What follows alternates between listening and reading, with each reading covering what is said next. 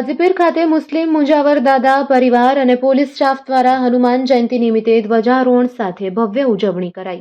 આ પ્રસંગે ધાર્મિક સહિષ્ણુતા, એકતા અને ભાઈચારાનું અનોખું પ્રેરણાદાયક દ્રશ્ય જોવા મળ્યું હતું। ઉજવણી દરમિયાન મંદિર ખાતે ધ્વજારોહણ કાર્યક્રમ સાથે પૂજા અર્ચના, ભજન કીર્તન અને પ્રસાદ વિતરણ જેવા ધાર્મિક કાર્યક્રમ યોજાયા હતા।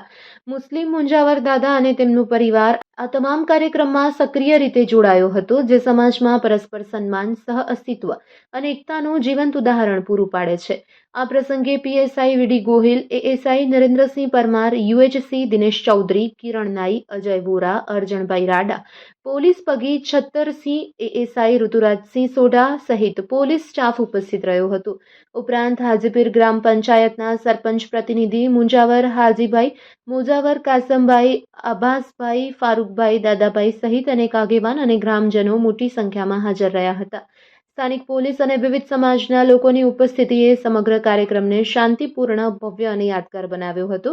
તો સરહદી વિસ્તારમાં આ પ્રકારની સંયુક્ત ઉજવણી ધાર્મિક સૌહાર્દ, સામાજિક સમરસતા અને એકતાનો મજબૂત સંદેશ આપે છે, જે આજના સમયમાં અત્યંત પ્રેરણાદાયક પહેલ માનવામાં આવે છે। Report by Adam Notiyar, Kutch Kere TV news, Nakhatrana.